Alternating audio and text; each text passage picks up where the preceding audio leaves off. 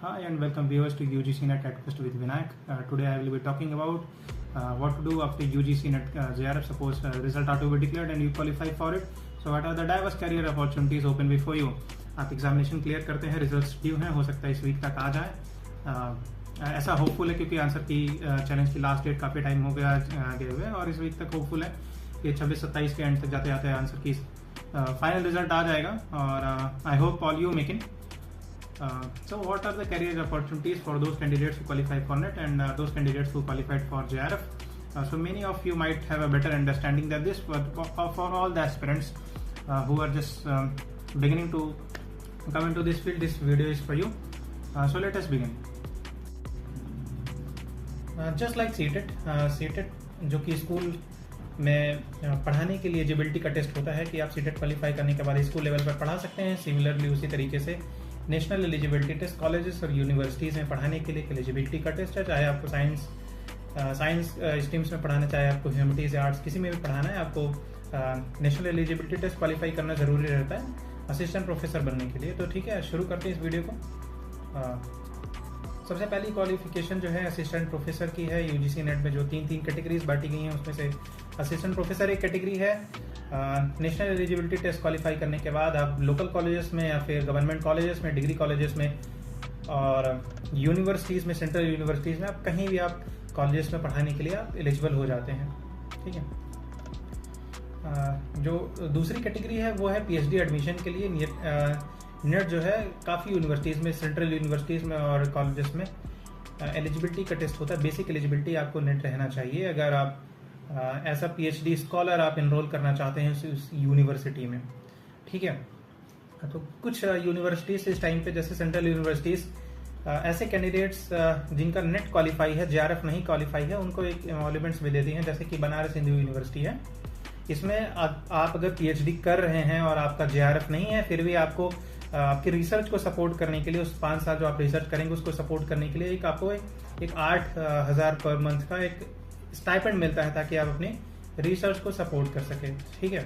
तो आगे आइए देखते हैं जेआरएफ, जो मोस्ट सॉर्ट आफ्टर, जिसके लिए सारे कैंडिडेट्स हर साल कम्पीट करते हैं. यहाँ के स्कॉलर जो अभी पीएचडी कर रहे हैं और उन्होंने नेट क्वालिफाई कर लिया लेकिन जेआरएफ क्वालिफाई नहीं कर पाए, कुछ मार्क्स से शॉर्ट रह गए, वो तक जेआरएफ होने के लिए ट्राई करते रहते हैं ताकि उनको एक हायर अमाउंट में रेम्यूनरेशन मिल सके, जो कि इस टाइम पे 43,000 से लेकर 47,000 तक है जेआरएफ और एसआरएफ. ठीक है.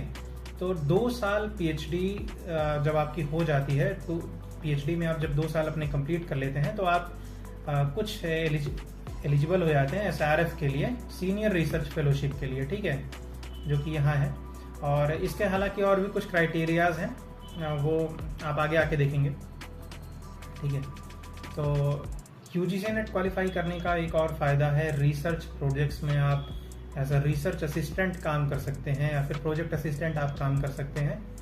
कि जैसे ऐसे बहुत सारे सरकारी संस्थाएं हैं, जैसे कि ICSSR है, Indian council of social science and research, जो कि दिल्ली में स्थित है, यूजीसी में है, और CSIR है. ऐसे कई सारे गवर्नमेंट ऑर्गेनाइजेशंस हैं जहाँ की इनके कई सारे प्रोजेक्ट्स होते हैं. सपोज करिए पॉपुलेशन सर्वे पे एक प्रोजेक्ट चल रहा है, उनको रिसर्च असिस्टेंट्स की ज़रूरत है और आप यूजीसी नेट क्वालिफाइड है तो आप एलिजिबल हैं उस प्रोजेक्ट में एज असिस्टेंट काम करने के लिए. आप ये टेम्पोररी बेसिस के प्रोजेक्ट्स होते हैं, लेकिन आपको एक अच्छा खासा एमोल्यूमेंट मिलता है कि आपको एक्सपीरियंस भी मिलता है और ये एक्सपीरियंस आगे चल के आपके जॉब इंटरव्यूज़ में भी काउंट होता है.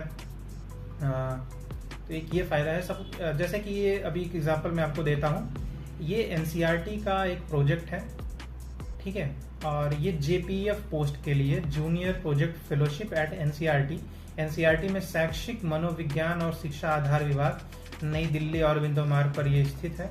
यहाँ के लिए आप अभी भी इंटरव्यू दे सकते हैं. आज है 24 तारीख और इंटरव्यू की डेट है 26 तारीख. आप 26 तारीख को जाकर वॉक इन इंटरव्यू है, आप अपने सारी मार्कशीट्स लेकर जा सकते हैं और CV एक लेकर चले जाइए अगर डिमांड किया गया तो. वैसे ओरिजिनल मार्कशीट्स और उसके 1 से 2 सेट फोटो कॉपीज चाहिए होती हैं.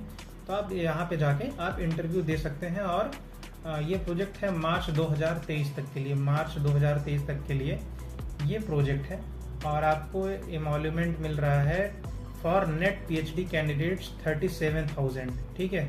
और जिन कैंडिडेट्स का नेट क्वालिफाई नहीं है उनको मिल रहा है नियरली 35 1000। तो एक वॉक इन इंटरव्यू है, you have a good opportunity. अगर आप लकीली ये वीडियो आप तक पहुंच पाती है इतने टाइम तक, आप प्लीज़ जाके आप इंटरव्यू दे के आएँ और आपको एक अच्छा खासा एक्सपीरियंस भी मिलेगा उन कैंडिडेट्स का। जिनका नेट है तो वो भी जाएँ, जिनका नेट नहीं है वो भी जाएँ।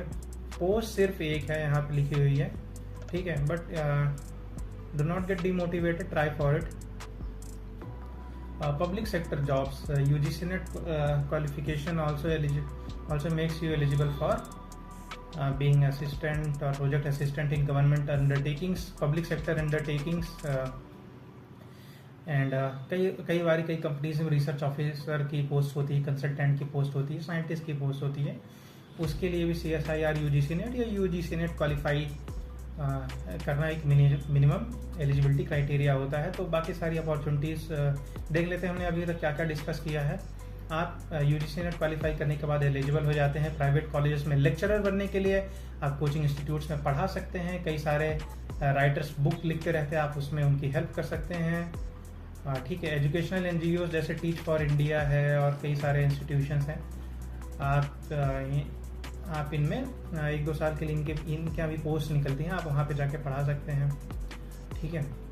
या फिर रिसर्च असिस्टेंट बन सकते हैं, एजुकेशनल कंसल्टेंट बन सकते हैं। Also government research institutes like ICSSR अभी मेंशन किया था, ठीक है। ये सारी चीज़ें हैं, these are the career opportunities that are open before you after clearing UGC NET examination. Just like CTET जो कि स्कूल में पढ़ाने के लिए एलिजिबिलिटी का टेस्ट होता है। तो फ्रेंड्स, ये थे career scopes UGC NET examination clear करने के बाद। शायद लास्ट के कुछ मिनट्स में मेरी वॉइस बहुत क्लियर नहीं थी, लेकिन फिर भी आपके अगर कुछ डाउट्स अभी भी रह गए हैं तो I will be happy to answer them in the comment section. So thank you for watching this video. If you like the video and found it informative, please like the video and subscribe to this channel. Thank you. Jai Hind.